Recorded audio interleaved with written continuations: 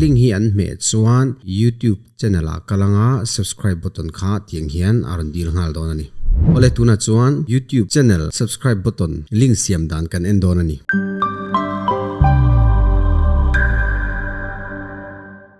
ama saberin YouTube a kan kalanga keimani channel a khan kan kalanga achunga URL omna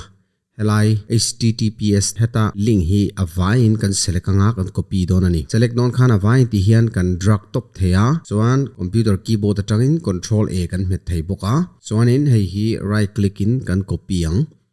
copy nga chuanin kha link kha document pakhata kan danga kan paste sang ta hian kan paste sanga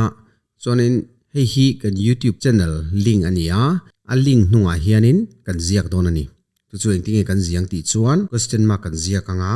question mark kan type anga chu bi zo vele a hnunga sub kan ziak anga sub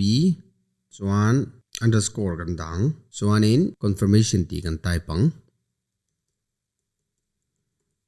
confirmation kan type anga chuanin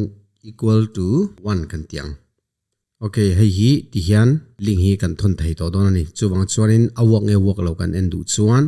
hei hi link a kan chan tir lokanga insert link okay ani chuan he link hi an me chuan YouTube channel a kalanga subscribe button kha tiang hian aron dil ngal don ani confirm channel subscription aron dila Are you sure you want to subscribe to ECC Computer Training Center? Aron tia noya subscribe button aron ngalani. Also MMA chuanin link and share khan and low subscribe mai donani. Atha MMA ni computer lama riat zaw na tips and tricks te